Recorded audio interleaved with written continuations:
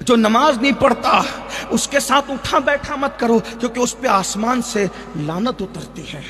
اور سابقہ کتب میں لکھا ہے کہ بے نمازی جب رستہ چلتا ہے تو کیڑے مکوڑے اللہ سے کہتے ہیں اللہ ہمیں حکم دے اس بے نمازی غدار کو ہم ختم کر دیں۔ زمین کہتی ہے مجھے حکم دے کہ میں اپنے اندر اس کو دھسا لوں۔ اللہ فرماتا ہے اگر مجھے اپنی رحمت کا خیال نہ ہوتا تو میں اس پہ بھی لعنت کرتا، اس کی 7 پشتوں پہ لعنت کرتا۔ یہ ہے بے نمازی۔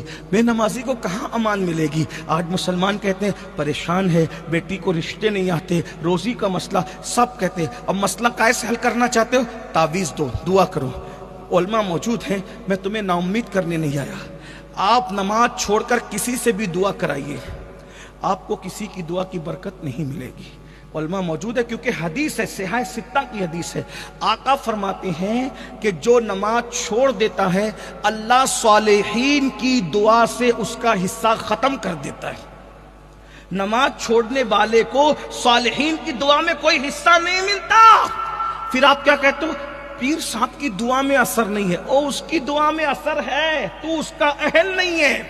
ماں کی دعا میں اثر نہیں ہے، ماں کی دعا میں اثر ہے، تو اس کا اہل نہیں ہے، کیونکہ اللہ کے رسول نے فرمایا جو نماز چھوڑ دے گا اللہ نیکوں کی دعا سے اس کا حصہ ختم کر دے گا۔ پہلی بات تو تمہیں اور مجھے کسی کی دعا کی ضرورت بھی نہیں ہے۔ اگر نماز پڑھ لو نا تو آپ کو اور مجھے کسی کی دعا کی ضرورت بھی نہیں ہے، کیونکہ میرے نبی اتنی دعا کر چکے ہمارے لیے، اب ہمیں کس کی دعا کی ضرورت ہے؟ اٹھتے بیٹھتے چلتے پھرتے امت کے لیے دعا کی۔ حجۃ الوداع کے موقع پہ حج میں پہنچے تو ہاتھ اٹھا کے دعا کرتے کرتے تقاضۂ بشریت جب غالب آیا تو ہاتھ تھک گئے، تو پھر آپ نے ہاتھ نیچے کر لیا، مگر امت کے لیے دعا کرتے رہے۔ ہمارے نبی غلاف کعبہ پکڑ کر سجدوں میں کعبۃ اللہ کے اندر جا کر معراج پہ جا کر اللہ سے ہمارے لیے بہت مانگا ہے، سب کچھ مانگ لیا ہے، بس اس دعا کی برکت پانا چاہتے ہو تو نماز کی طرف آؤ، اور اگر نماز کی طرف نہیں آؤ گے تو اللہ کے رسول نے فرمایا، کیا فرمایا سنو، آقا فرماتے ہیں کہ جو نماز چھوڑ دے میں محمد اس سے بیزار ہوں،